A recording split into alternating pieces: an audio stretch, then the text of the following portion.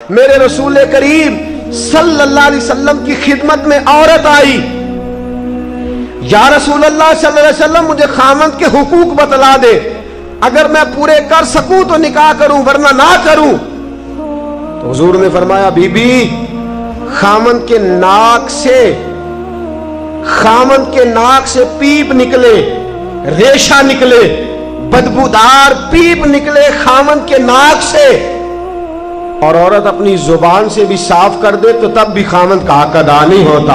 اور پھر میرے رسول کریم صلی اللہ علیہ وسلم نے فرمایا اگر میں کھول کے تمہیں خامند کے حقوق بتلاؤں تو فرمایا خامند کے پاؤں کی مٹی کو تم اپنے چہرے پہ ملنا شہادت سمجھو۔ اور فرمایا میں اگر کسی کو حکم دیتا کہ خدا کے علاوہ کسی کو سجدہ کرے تو میں عورتوں کو حکم دیتا کہ اپنے خامند کو سجدہ کرو۔ اگر میں یہ نہیں فرمایا نبی کو سجدہ کرو، یہ نہیں فرمایا پیغمبر کو کرو، ولی کو کرو، غوث، کتب، ابدال، عالم، فاضل، شیخ، مفتی، نہ فرمایا میں عورت کو حکم دیتا کہ اپنے خامند کو اپنے لیے مسجود بنا لے۔ میرے عزیزو یاد رکھیے گا اتنا بڑا حق، اتنا بڑا، اور یاد رکھیں یہ مطالبے صرف بی بی سے نہ کیا کرے، کہ تو میرا یہ بات بیٹی کو سکھائیں، یہ بہن کو سکھائیں۔ ہم لاڈ کر کے ماتھا چوم کے چیزیں دے کے ہم یہ کہتے ہیں تو بڑے لاڈوں سے پلی ہوئی ہے۔ یاد رکھیے گا میرے دوستو اس کو سکھاؤ۔ عورت اگر تکلیف میں وقت گزارنا سیکھ گئی تو بات بن گئی، وہ اگر برداشت کرنا سیکھ گئی تو بات بن گئی۔ اور یاد رکھے میرے اعلیٰ حضرت نے فرمایا جس بیوی میں قوت برداشت زیادہ ہوگی اللہ اس کی دنیا بھی اس کے لیے وسیع کر دے گا، آخرت میں بھی جنت میں مکان بڑا ہی عطا فرمائے گا۔ دنیا بھی وسیع کر دے گا اس کے لیے، بس وسیع کر دے گا دنیا۔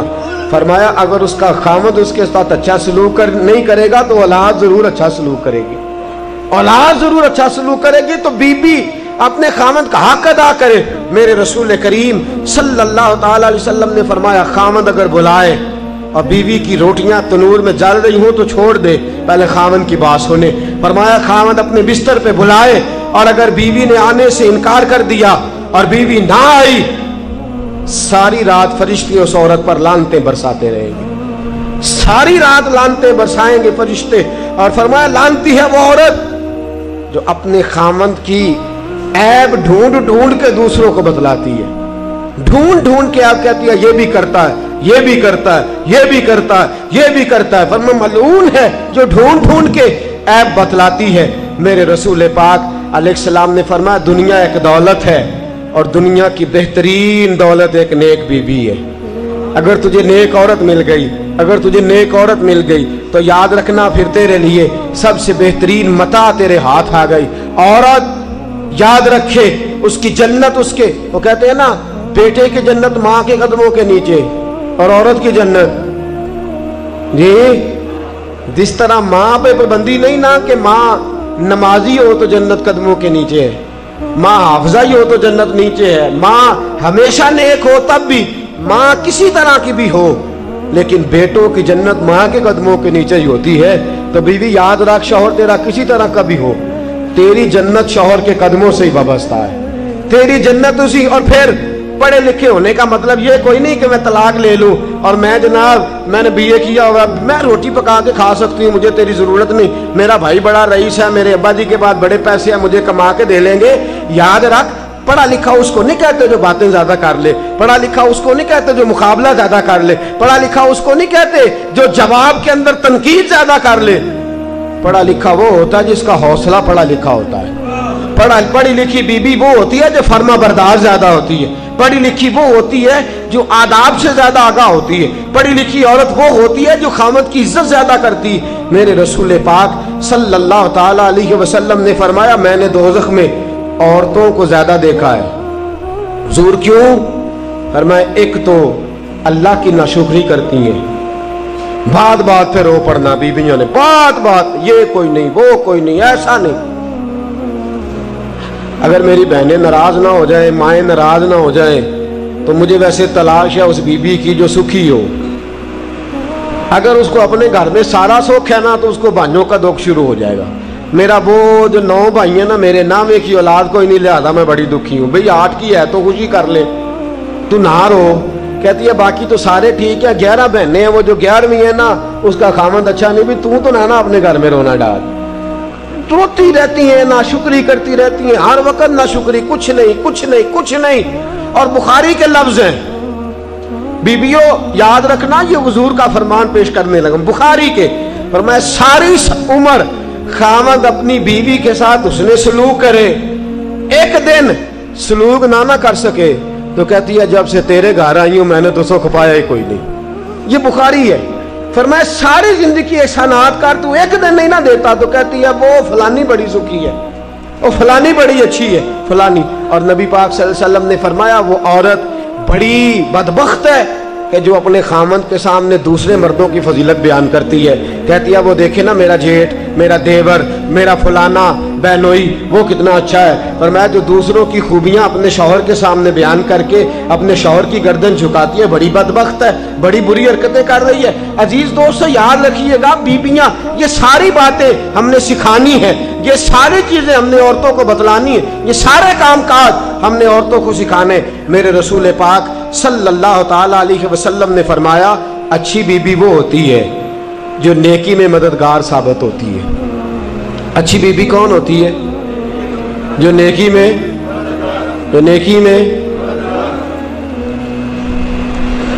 حضور نے ایک دعا دی، نبی پاک کی دعا لینی ہے، چاہیے دعا حضور کی، دعا حضور دینے لگے ہیں۔ اللہ کرے ہم سب یہ دعا حاصل کرنے والے بن جائیں۔ حضور نے فرمایا یا اللہ میرے اس امتی پر رحم فرما جو سویرے اپنی بیوی کو نماز کے لیے جگاتا ہے، اور اگر نہیں اٹھتی تو اس کے چہرے پر پانی چھڑک دیتا ہے۔ بخاری مسلم۔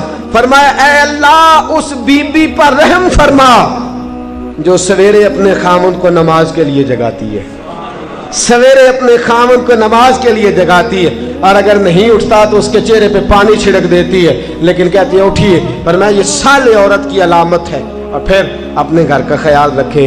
حضرت سیدنا صدیق اکبر رضی اللہ تعالی عنہ کی صاحبزادی حضرت اسماء بنت ابی بکر صدیق، حضرت زبیر بن عوام، یہ رسول پاک صلی اللہ علیہ وسلم کے پھپھی زاد بھائی ہیں، اور نبی پاک نے ان کو جنت کی خوشخبری دی 10 مبشرہ صحابہ میں سے۔ حضرت زبیر بن عوام رضی اللہ تعالیٰ عنہ، حضرت زبیر بن عوام کے ساتھ حضرت صدیق اکبر رضی اللہ تعالیٰ عنہ کی بڑی صاحبزادی حضرت اسماء بنت ابی بکر صدیق کا نکاح ہوا تھا۔ حضرت اسماء کہتی ہیں میں اپنے باپ کے گھر سے گئی تو سیدنا صدیق اکبر کو اللہ نے بڑا مال دیا ہوا تھا، بڑی دولت تھی، نوکر چاکر تھے، بڑا کچھ تھا۔ فرماتی ہیں لیکن جب میں اپنے شوہر کے گھر گئی کوئی کام کاج کرنے والا نہیں، کوئی مدد کرنے والا نہیں۔ فرماتے ہیں ایک گھوڑا ایک اونٹ میرے شوہر کا، فرماتی ہیں گھوڑے کے لیے گھاس بھی میں لاتی اور کھجوروں کی گٹھلیاں چن کے لاتی، چکی میں لا کے پیستی اور اونٹ کے لیے غذا تیار کرتی۔ فرماتی ہیں میں سارے گھر کا کام کاج کرتی، اور حد میری فرما برداری کی یہ تھی کہ باہر ایک آدمی سودا بیچنے آیا اور مجھ سے کہنے لگا تو اجازت دے تو تیرے دیوار کے سائے میں کام کاج اتنا کرتی ہوں کہ اپنے شوہر کے جانوروں کی دیکھ بھال کرتی ہوں۔ باہر ایک آدمی سودا بیچنے والا آیا، کہنے لگا اسماء اگر اجازت دو تو تیری دیوار کے سائے میں بیٹھ کر میں چیزیں فروخت کر لوں۔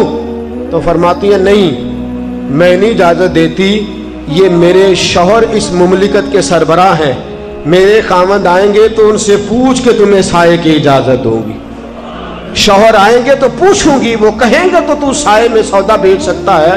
حضرت اسماء بنت ابی بکر کہتے ہیں شکوہ کوئی نہیں، گھلا کوئی نہیں، کوئی کسی قسم کی بات نہیں، ہاتھوں پہ چھالے پڑ گئے۔ فرماتی ہیں کام کر کر کے میں تھک گئی، وقت سے پہلے بوڑھی ہونے لگی۔ میرے ابا جی نے حضرت صدیق اکبر رضی اللہ تعالیٰ عنہ نے ایک غلام بھیجا، ایک خادم بھیجا کہ میری بیٹی تھک گئی ہے کام کر کر کے۔